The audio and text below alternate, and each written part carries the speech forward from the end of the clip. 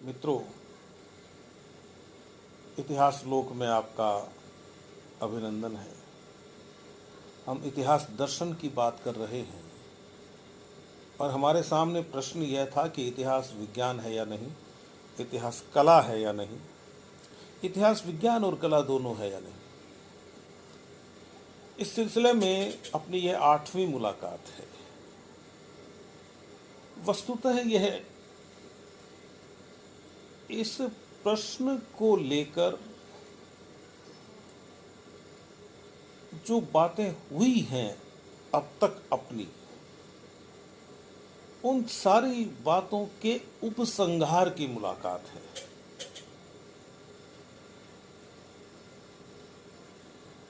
हमने देखा कि ये जो प्रश्न है, इतिहास विज्ञान है या कला है या नहीं है, यह प्रश्न पश्चिम के दार्शनिकों और इतिहासकारों द्वारा उठाया हुआ प्रश्न है और दशकों से वे इस प्रश्न के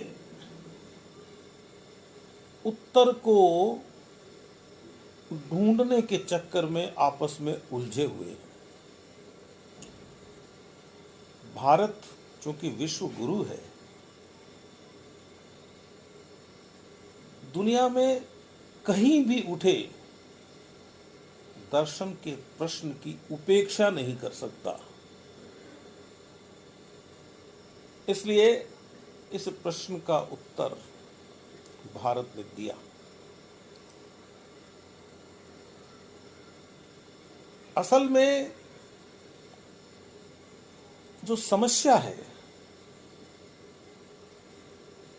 उसकी जड़ तक जाना जरूरी है। पश्चिम के जो दार्शनिक हैं वे विषयों को सतही तौर पर देखते हैं, वे विषयों की गहराई में नहीं जाते और इसीलिए उनके प्रश्न अनुत्तरित रह जाते हैं। भारत विषयों की गहराई में जाता है, वह प्रश्नों के उत्तर भी देता है और नए प्रश्न खड़े भी करता है। क्योंकि यदि यह क्रम नहीं चलेगा कि प्रश्नों के उत्तर दिए जाएं और फिर प्रति प्रश्न खड़े किए जाएं, तो फिर हम उस गहराई में नहीं रहेंगे। तो सीधा सा उत्तर है इस प्रश्न का जो दे दिया गया है। फिर भी मैं दोहराना चाहूंगा कि आप विज्ञान को साइंस न समझें। साइंस का जो भौतिकवादी दृष्टिकोण है उससे अलग हटकर, साइंस का भौतिकवादी दृष्टिकोण यूरोप और अमेरिका में, तो साइंस का जो भौतिकवादी दृष्टिकोण है उससे अलग हटकर आप उसे विज्ञान के आध्यात्मिक दृष्टिकोण से देखिए। आपके सामने यह प्रश्न आएगा ही नहीं कि इतिहास विज्ञान है या नहीं, या इतिहास कला है या नहीं। क्योंकि जब आप विज्ञान को विज्ञान समझेंगे तो कला को भी आप आर्ट नहीं समझेंगे, उसे भी आप कला समझेंगे। दर्शन को आप फिलॉसफी नहीं समझेंगे, दर्शन को दर्शन समझ के बात करेंगे। यूरोप वालों को यह समझने की जरूरत थी और उन्होंने समझने की कोशिश भी की, लेकिन ऐसी कोशिश करने वाले बहुत कम लोग हैं। इसीलिए वे अपनी समस्याओं में उलझे रहते हैं। भारत का दृष्टिकोण बिल्कुल साफ है कि पूरी वसुधा हमारा कुटुंब है और इसमें जहां कहीं भी कोई समस्या में होगा तो हम उसे संभालेंगे।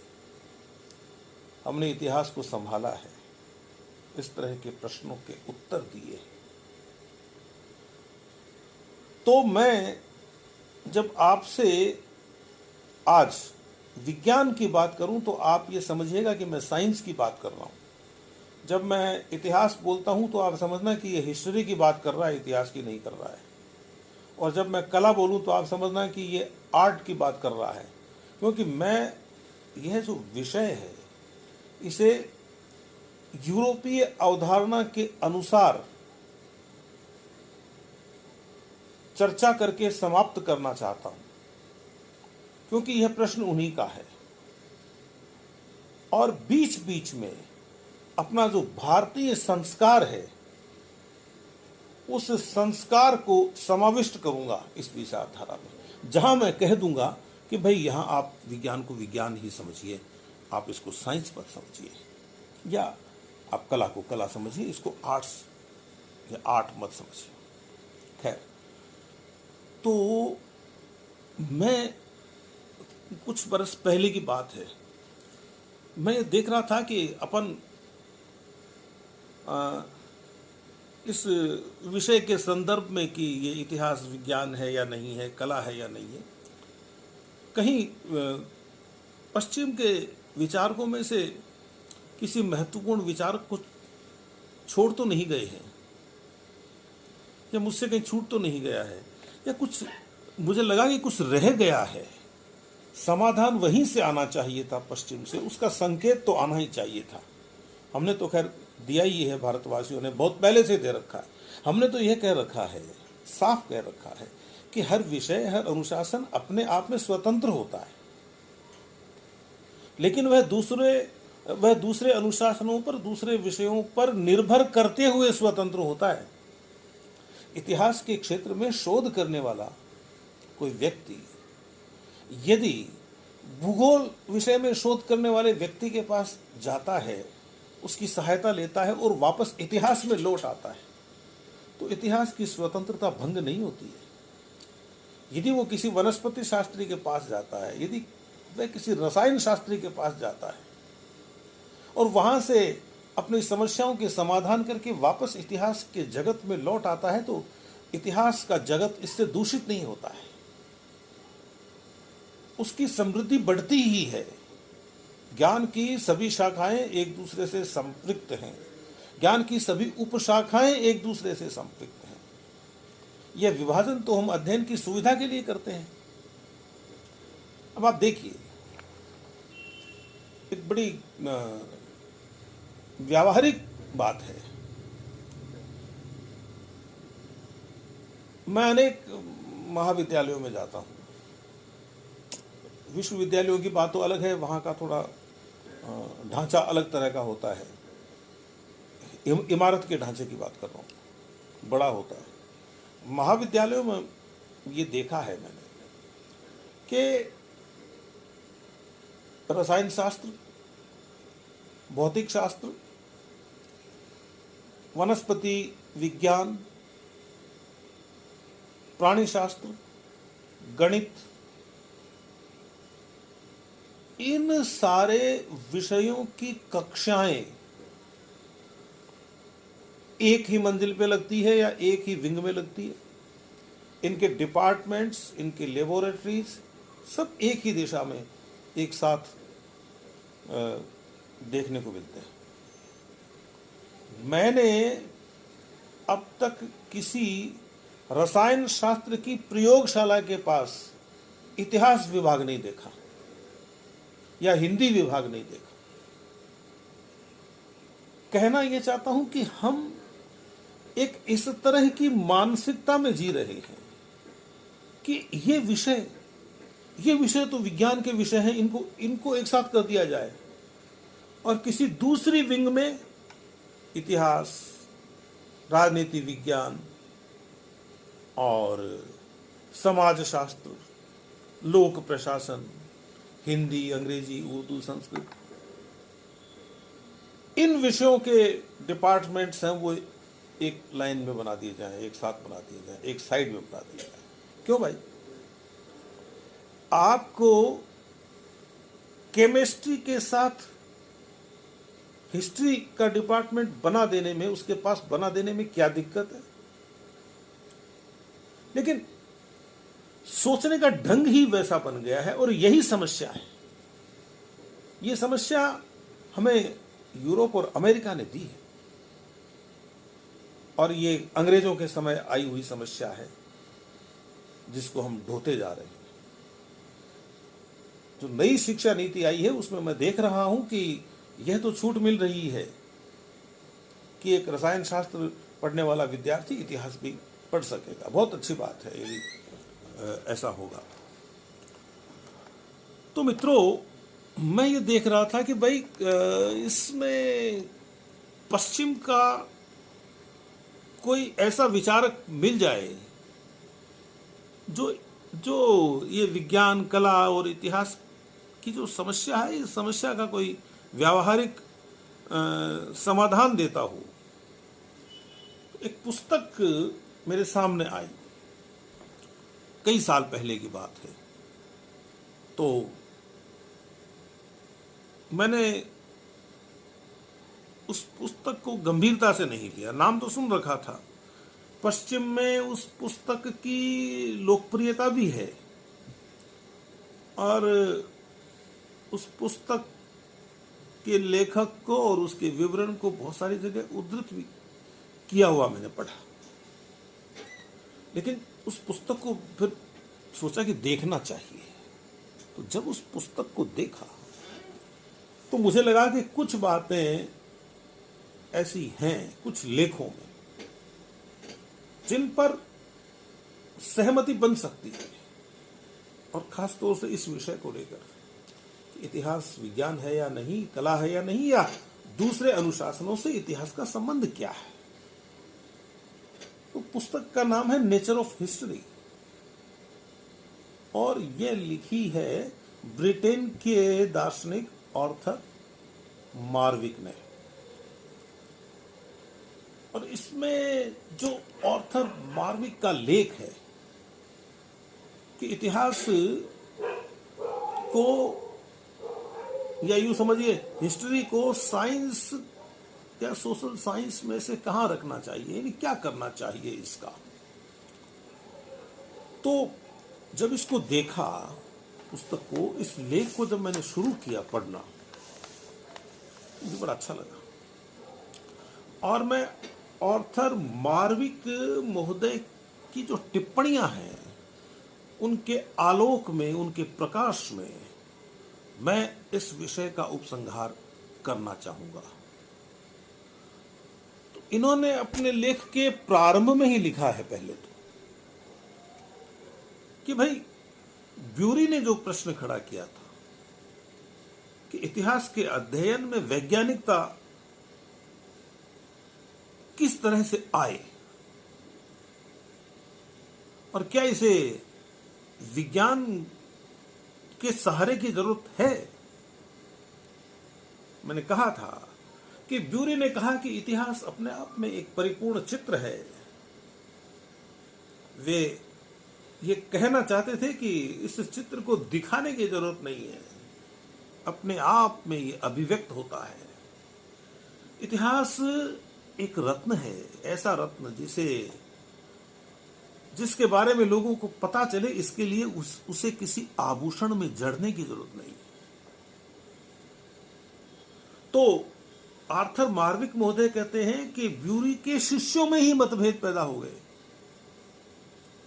कि ब्यूरी महोदय किस पद्धति से इतिहास को वैज्ञानिक बनाना चाहते थे, और यदि वैज्ञानिक बनाना चाहते थे तो फिर उन्होंने यह क्यों कहा कि यह अपने आप में परिपूर्ण है। वे अलग तरह के प्रश्न हैं, मैं उनमें नहीं जाना चाहता। मैं तो आपको वह एक महत्वपूर्ण बात बता रहा हूं जिसने मुझे प्रभावित किया, और भारतीय दृष्टिकोण से मिलता जुलता दृष्टिकोण मुझे वहां मिला। मार्विक महोदय ने अपने लेख में 50 के दशक के बीबीसी के एक कार्यक्रम का जिक्र किया है। 50 का दशक, विगत शताब्दी का। उन्होंने कहा कि बीबीसी पर एक कार्यक्रम आता था, द ब्रेन्स ट्रस्ट, और उस कार्यक्रम में एक फिलोसोफर थे, CEM जोर्ड। तो जॉर्ज महोदय विषयों को बड़े रोचक तरीके से रखते थे। तो जब जॉर्ज महोदय के सामने यह प्रश्न आया कि इतिहास विज्ञान है या नहीं, तो उनका जो उत्तर था प्रभावित करने वाला था।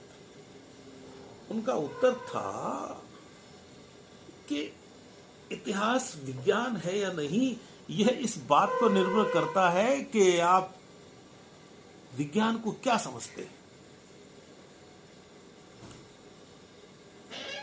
तो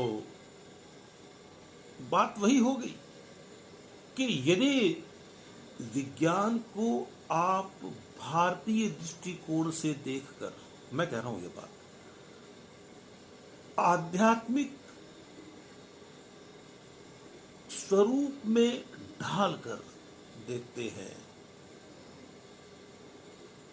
तो आपको समझ में आ जाएगा कि विज्ञान और इतिहास में ज्यादा बड़ा अंतर नहीं है।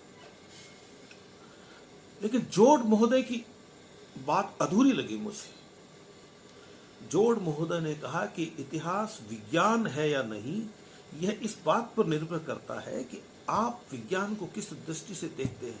मैं ये कहता हूं कि इतिहास विज्ञान है या नहीं, यह इस बात पर निर्भर करता है कि आप इतिहास और विज्ञान दोनों को किस दृष्टि से देखते हैं। ये एकांगी दृष्टिकोण नहीं चलेगा कि विज्ञान को क्या समझते हैं। इतिहास को आप किस दृष्टि से देखते हैं, विज्ञान को आप किस दृष्टि से देखते हैं, इस आधार पर कोई बीच का रास्ता निकल कर आएगा। और जब हम इसके साथ कला जोड़ देते हैं तो हमें यह कहना पड़ेगा कि आप इतिहास को किस दृष्टि से देखते हैं, विज्ञान को किस दृष्टि से देखते हैं और कला को किस दृष्टि से देखते हैं।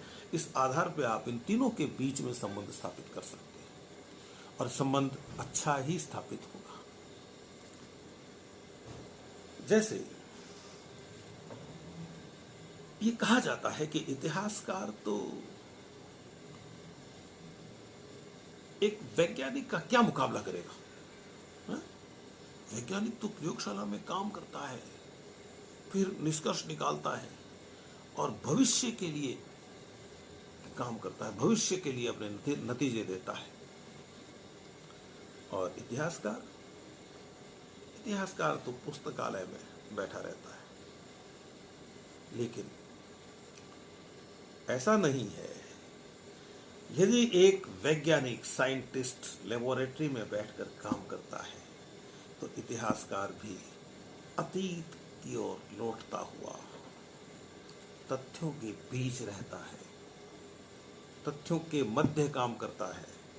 वो किसी ऐतिहासिक स्थल पर धूप में, बरसात में, ठंड में रात दिन काम करता है और अपने नतीजे देता है। उसके नतीजे भी भविष्य के लिए होते हैं। इतिहासकार जो लोग अतीत में हो चुके, उनको समझाने के लिए इतिहास की रचना नहीं करता है, इतिहास लेखन नहीं करता है, भविष्य के लोगों के लिए करता है। तो क्या है कि इस चीज को तो नहीं मानेंगे। अब फिर एक बात और आई कि साहब, जो फिर इतिहास वाले कहने लग गए कि जब वैज्ञानिक लेबोरेटरी में बैठ के काम करता है, पुस्तकालय, इतिहासकार पुस्तकालय में बैठकर काम करता है, इतिहासकार किसी म्यूजियम में बैठकर काम करता है, इतिहासकार किसी अभिलेखागार में बैठकर काम करता है, इतिहासकार इतिहास की साइट्स पे जाता है, वहां काम करता है। और वो विज्ञान वालों से कहते हैं, हमारे इतिहास के कुछ लोग, कि आप भविष्य के लिए कुछ खोज करते हो, अन्वेषण करते हो, शोध करते हो, आविष्कार करते हो,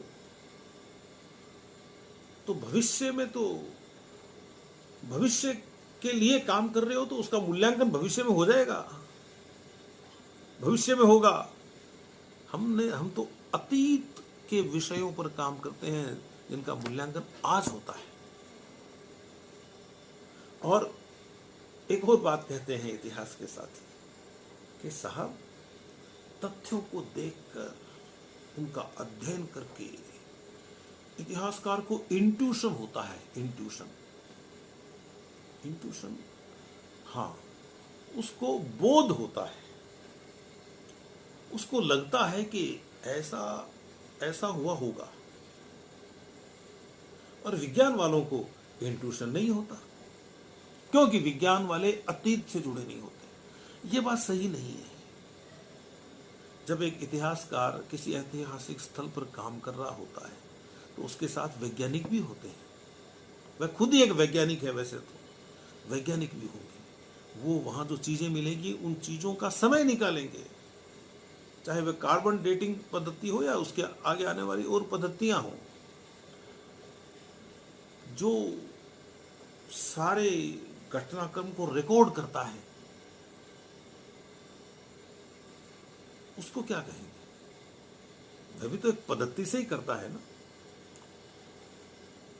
या वहां हमें मान लीजिए कि कोई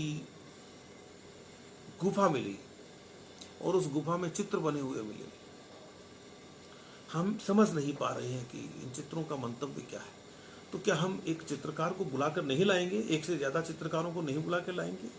नहीं दिखाएंगे कि साहब ये चित्रकला का कौन सा रूप है, क्या निष्कर्ष निकल रहा है?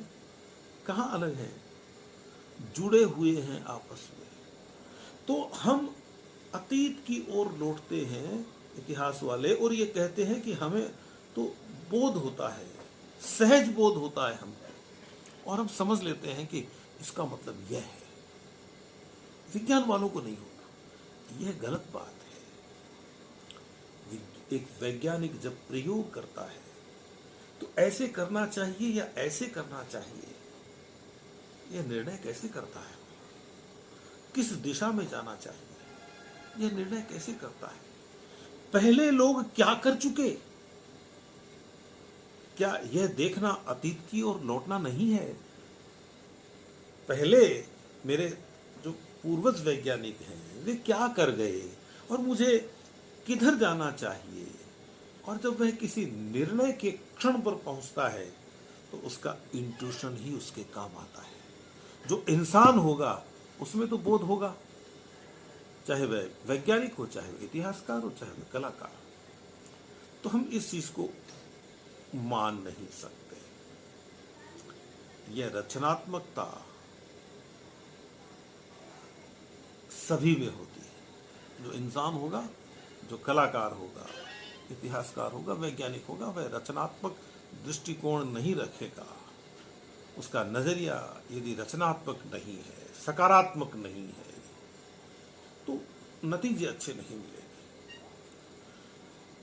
तो इसलिए चाहे वह भौतिक विज्ञान हो, चाहे वह रसायन विज्ञान हो, चाहे वह जीव विज्ञान हो, अतीत की बदली हुई छवि ही वर्तमान में दिखाई देती है, और भविष्य में भी वह किसी न किसी रूप में अभिव्यक्त होगी। इस बात को हमें ध्यान रखना चाहिए।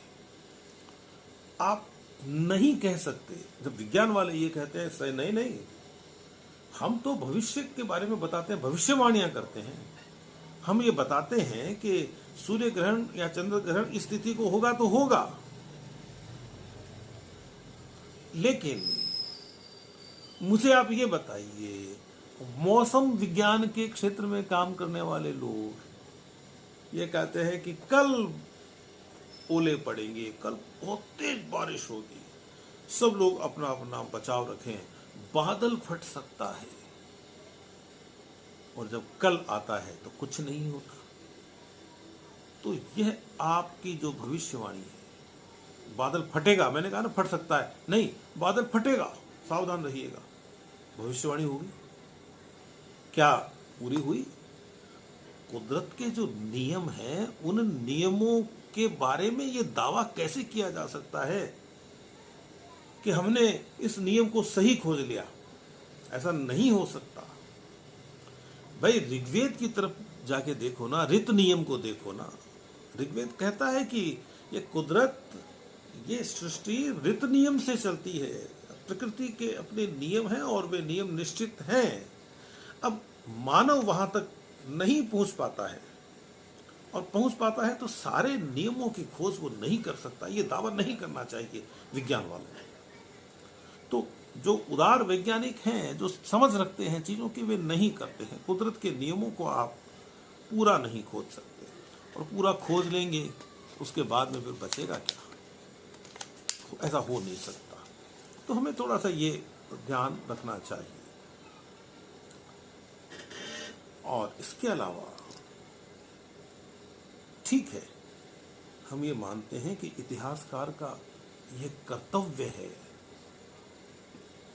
कि वह अपने लेखन में एक सीमा से आगे नहीं बढ़े, इतिहास के अनुशासन में रहे।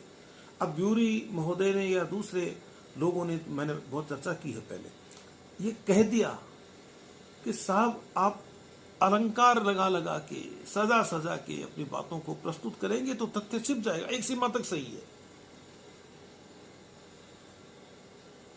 वो मैकाले ने कहा कि मैं ऐसी इतिहास की किताब लिखना चाहता हूं जिसको कोई नवयुवती अपने हाथ में अपने हाथ में रखा हुआ कोई रोचक उपन्यास छोड़कर पढ़े।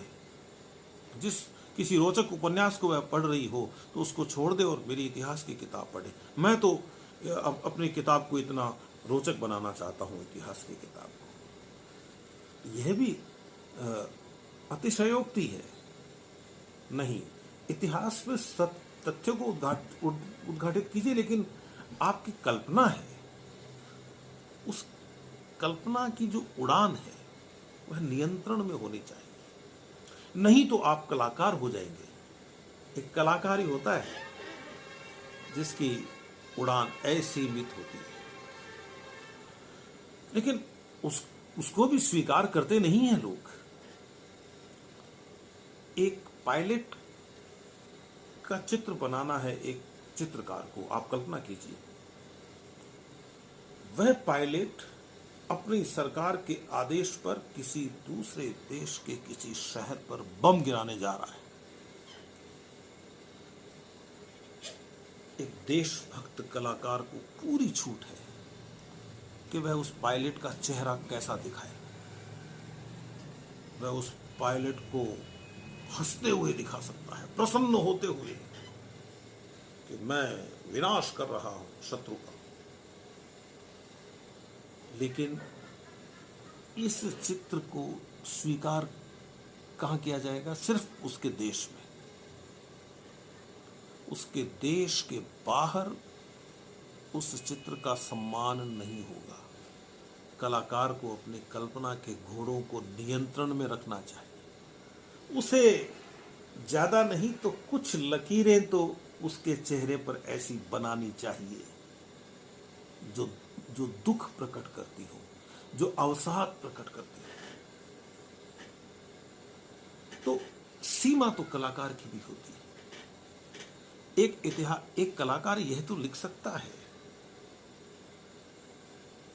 कि एक प्रेमी ने अपनी प्रेमिका से कहा, मैं इस उदाहरण को बताता ही रहता हूं कि मैं तुझे आसमान के तारे तोड़कर ला दूंगा, और एक दिन वह उसके लिए आसमान के तारे तोड़कर ले आया। अब किसी साहित्यकार ने अपने उपन्यास में यह बात लिखी है तो उसके कितने ही निहितार्थ हो सकते हैं। कोई संवाद पहले दोनों के बीच में रहा हो और आसमान के तारे तोड़ने को किसी और चीज से जोड़ दिया गया हो तो वह संदर्भ नहीं आएगा, तो हम तो एक पंक्ति पढ़ेंगे ना। लेकिन एक इतिहासकार यह लिखता है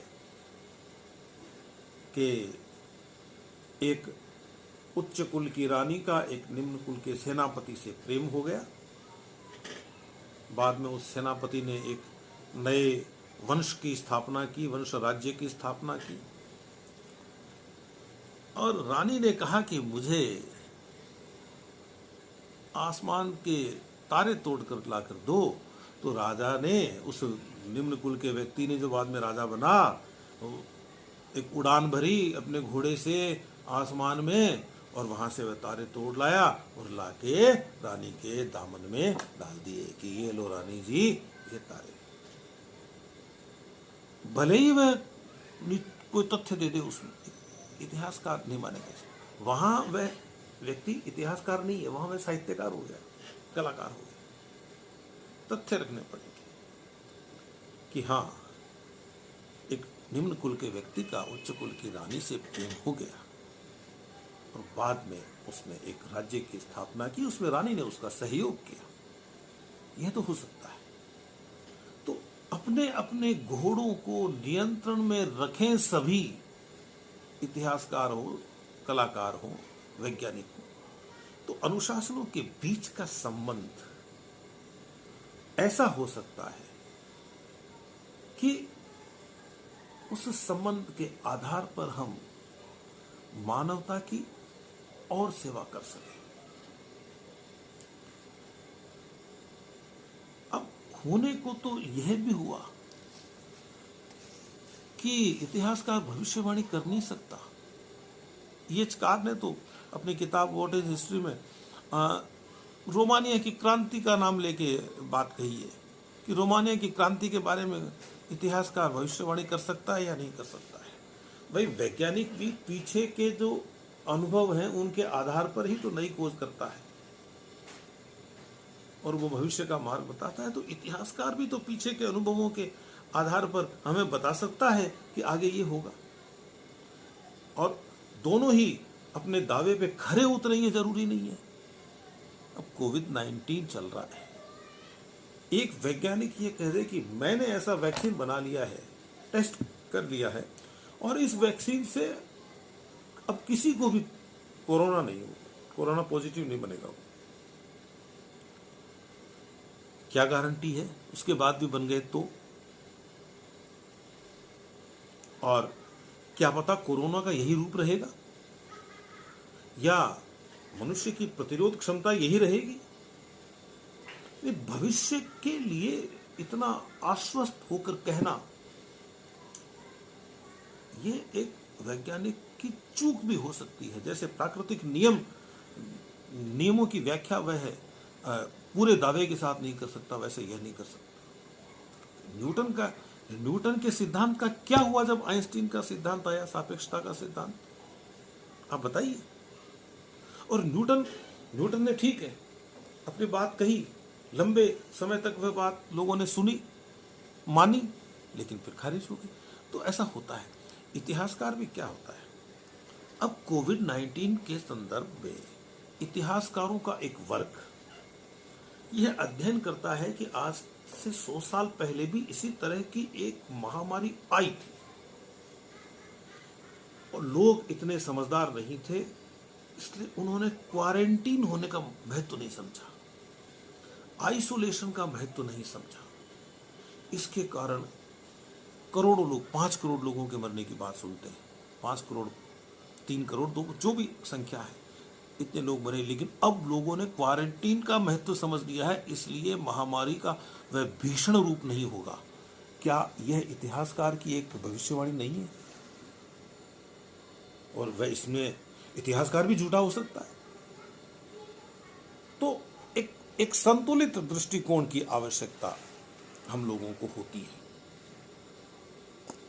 जब एक वैज्ञानिक भविष्य के बारे में भविष्यवाणी कर सकता है, प्रेडिक्शन कर सकता है, तो ये जो मार्विक महोदय हैं, इन्होंने अपनी किताब में एक शब्द लिखा है, रेट्रोडिक्शन। रेट्रोडिक्शन का मतलब क्या हो गया? रेट्रोस्पेक्शन प्लस प्रेडिक्शन, यानी अतीत की भविष्यवाणी। संभव है क्या? लेकिन भाई अतीत में क्या हुआ ये पता नहीं है ना।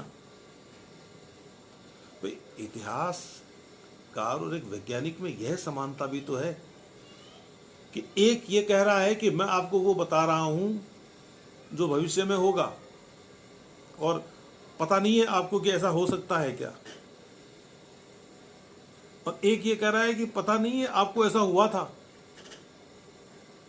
तो दोनों का जो हमला है, दोनों का जो लक्ष्य है, दोनों का जो टारगेट है, वह अज्ञात ही तो है।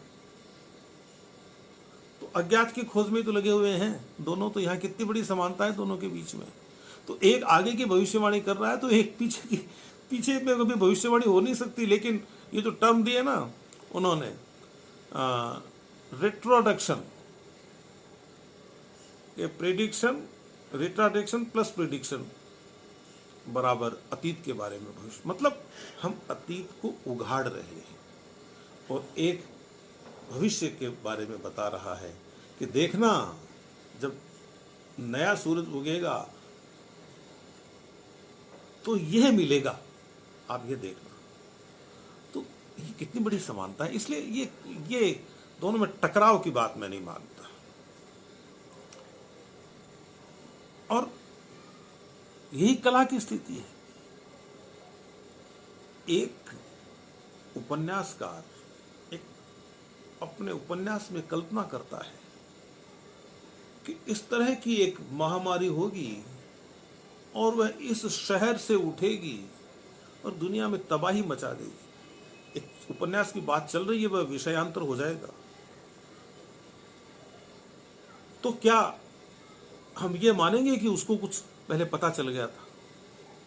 जो जिस उपन्यास की चर्चा हो रही है, जिसकी लोगों ने वो संदर्भ निकाल के और व्हाट्सएप करना शुरू कर दिया, देखो साहब ये भविष्यवाणी कर दी, वो किस संदर्भ में कह रहा है? आप एक पन्ने को पढ़ के नहीं कह सकते। उस उपन्यास को जब पीछे से आगे से पढ़ेंगे तो समझ में आ जाएगा कि वो संदर्भ दूसरा है। अब ये तो फिर वैज्ञानिक हो गया, वह उपन्यासकार तो फिर हो सकता है क्या? पहले यह हुआ था, एक कह रहा है, और दूसरा कह देगा थोड़े साल बाद में कि साहब ऐसा नहीं, ऐसे ये गलत है, ऐसे नहीं, ऐसे हुआ था। तो अज्ञात पर हमले हैं, अज्ञात की खोज है, अज्ञात की तलाश है। कलाकार, साहित्यकार, साहित्यकार भी कलाकार ही होता है, कलाकार, वैज्ञानिक, इतिहासकार, सब उसी दिशा में आगे चलने वाले लोग हैं। और बात वहीं आकर ठहरती है कि आखिर आप किसी विषय को समझते क्या है, उसी से चीजें तय होती हैं। तो विज्ञान को कोई एक व्यवस्थित, संगठित, सूत्रबद्ध ज्ञान समझता है तो इतिहास को अतीत की खोज कह देता है। व्यवस्थित रूप में, सूत्रबद्ध रूप में, संगठित रूप में, तो अंतर कहाँ रहा? और इन सारे विषयों के साथ भारतीय आध्यात्मिकता को जोड़ दिया जाए।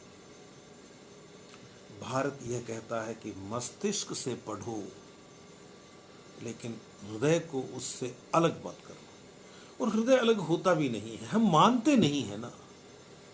हम वैज्ञानिक को तो एक क्रूर व्यक्ति मानते हैं कि उसे बम बनाना है तो वो बनाएगा। नहीं, वह भी इंसान है, उसके सीने में भी दिल धड़कता है।